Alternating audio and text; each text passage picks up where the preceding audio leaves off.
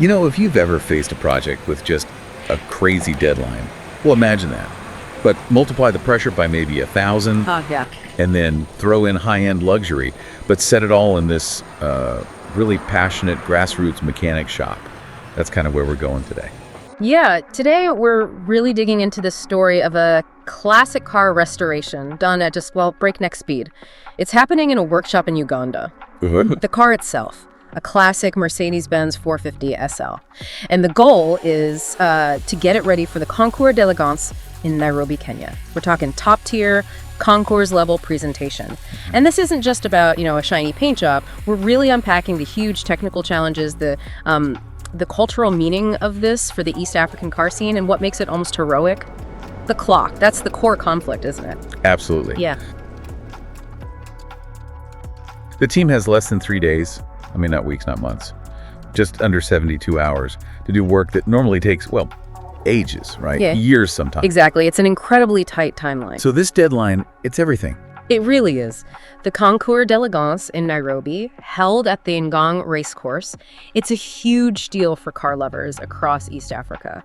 And just to get in, the car has to be, well, basically flawless. It borders on obsessive. When you say Concours level, what does that actually mean in practice? And we're not just talking clean, are we? Oh, no, far from it. Judges are looking at everything. The tire tread patterns, how clean the battery terminals are, whether the bolts on the exhaust manifold are, torqued correctly. Right. It's this pursuit of how the car looked the day it left the showroom, right down to the tiny factory spot welds. Okay, so how on earth does a team squeeze that level of perfectionism into just 72 hours? Well, normally a restoration is done in phases, right? You take it apart, find the parts, do the metalwork, body prep, paint, then put it all back together. Each step usually takes weeks, minimum. Right. What's really striking here is the sheer audacity of basically doing it all at once. Normally you need months just to find the right period-correct parts or, special fittings. And the source material points out they couldn't just click order and get parts from Germany overnight. No way. Which brings us to something maybe glossed over at first. They had to make parts. Fabrication, exactly. Parts they couldn't find locally, they had to create from scratch. And fabrication, that implies some serious skill, right? It's not just bending metal. No, it's reverse engineering. Taking complex, maybe decades-old pieces of metalwork or trim and recreating them, sometimes with machinery, sometimes literally by hand. So if you're missing, say, a specific piece of chrome trim for a 70s Mercedes. Or a particular bracket for the cooling system. You're not just carving wood, you're doing skilled machining under insane time pressure. That alone could take a specialist workshop days. They had hours, which leads to maybe the biggest technical gamble mentioned. The paintwork. Ah, yes, the paint. Concours level paint needs almost sterile conditions, doesn't it? Dust, temperature. They're the enemy. So what were the risks of rushing this? Well, the source mentions the crucial paint correction layers had to dry overnight. And here's the key part, under improvised conditions. Okay, that sounds bad. It's hugely risky. In a proper spray booth, you control everything. Temperature, humidity, dust extraction. You let layers cure slowly for hardness and gloss. But here, working against the clock in a busy workshop, you risk everything. Dust settling in the wet paint, humidity messing with the cure, temperature swings. Yeah. Meaning the finish might not cure right. It could bubble, get cloudy, anything. And if that happens, you might have to sand it all down and start again. Which would mean missing the deadline completely. Guaranteed. Yeah. So that whole paint stage was just a massive gamble, relying on local expertise, sure, but also a fair bit of luck. So it wasn't just the speed stress, it was this constant threat of, technical failure because they're skipping standard procedures, standard waiting times. Every single step was done with that deadline just looming. Right. It turned this meticulous repair job into, a continuous high-stakes gamble. Incredible pressure, it certainly was. Yeah. But we should probably talk about the car itself, the reason for all this frantic work. The Mercedes-Benz 450 SL. Yeah. Yes, an absolute icon.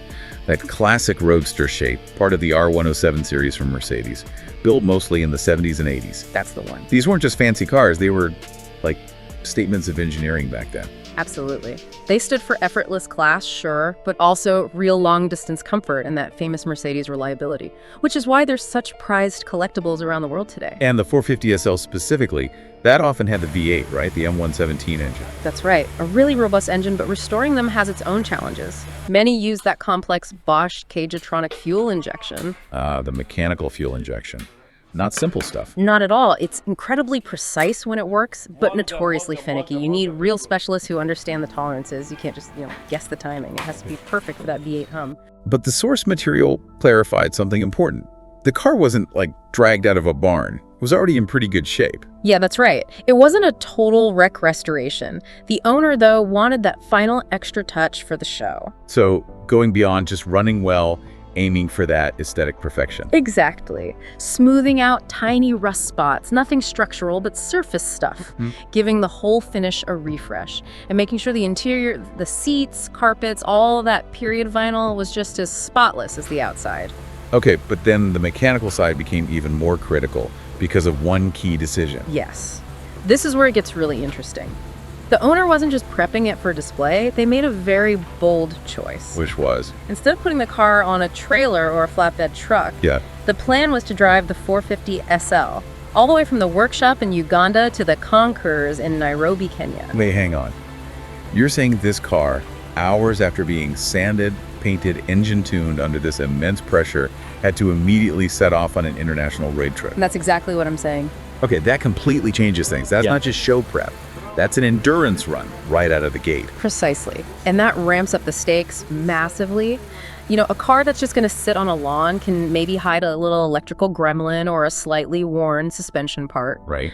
But a car driving hundreds of kilometers, crossing an international border, it just can't have those issues. So they had to be sure the engine, the electrics, brakes, cooling, everything was not just working, but optimized for a demanding journey. Not just for a slow crawl onto the show field, but for genuine long-distance performance and reliability. Did the sources mention how they factored in that travel risk?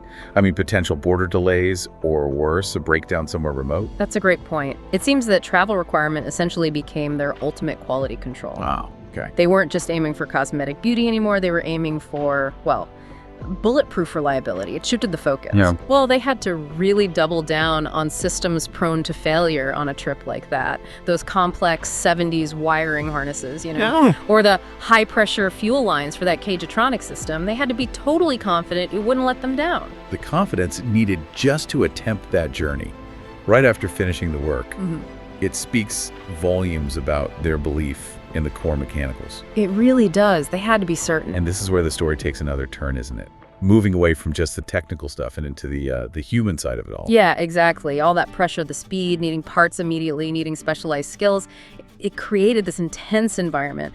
But what helped them pull it off was the unique spirit of Uganda's classic car community. Right. The workshop wasn't an isolated bubble. No, absolutely not. It was running late into the night, sure, but it became this hub of passion, a real collective effort, that impossible technical deadline. It was only really possible because of the tight-knit community around them. And the collaboration wasn't just like moral support. No, it was practical, tangible help. The sources mentioned fellow collectors, people who knew about the project and the deadline, just constantly stopping by the workshop. Okay. And they weren't just saying good luck, and they were sharing knowledge too, advice based on their own restoration experiences, tips for the cross-border trip. It's an incredible example of, solidarity making the technical stuff happen. That level of community support really paints a picture of the regional scene. Kenya has historically had the big Concours event, kind of the established center stage. That's true. It's been the most prominent for a long time. But this effort from Uganda, it feels like a statement, doesn't it? It absolutely is. It's symbolic. You're seeing Ugandan collectors stepping more and more onto that regional stage. And this project, this intense commitment to getting this 450 SL to Nairobi in top form, really showcases the passion and dedication in their car scene. So they're not just showing up, they're aiming to compete at the highest level. Exactly, showing their local skills, their ingenuity, their dedication to preserving these cars. demanding recognition. So the car is carrying more than just its owner's hopes. It's kind of flying the flag for Uganda at this major East African event. That's a great way to put it. It's proving that world-class work can happen anywhere, even under improvised conditions and insane deadlines, driven by local expertise. It shows the passion and the skill exist right across the region, maybe fostering a bit of friendly rivalry too. Definitely, and a shared commitment to keeping these amazing classic machines alive and running. Okay, so let's just quickly recap for you, the listener. We started with this almost unbelievable 3-day deadline to get a classic Mercedes R107 450 SL up to Concours standard. Right, hyper-detailed perfection. But we learned that perfection had to be more than skin deep. It had to be mechanically flawless because the car wasn't being trailered. No, it had to be immediately ready for that demanding road trip from Uganda to Kenya. And finally, we saw how this frankly impossible task was only pulled off because of the incredible resilience and teamwork of the local classic car community in Uganda. Yeah. And regardless of whether that 450 SL actually wins a trophy in Nairobi or just makes it onto the grass at the Ngong race course, the sources really emphasize that, in a way, the victory's already been won. It's just the spirit shown, the perseverance, the incredible teamwork under all that sleepless pressure, the shared love for the cars. That's the win right there, before any judging even starts. It's an amazing story of beating the odds mechanically. But there's still that final immediate hurdle, the journey itself. That gleaming, just finished 450 SL actually has to make it. Across the border, dealing with roads, customs, the risk of anything going wrong with a newly rebuilt machine on a long drive. That's the real final inspection, isn't it? Will it successfully arrive in Nairobi, drive onto that show field under its own power, and basically validate all that frantic work? That high-stakes road trip, the journey being the ultimate proof of quality. It's definitely something to think about. That's the provocative thought we'll leave you with today.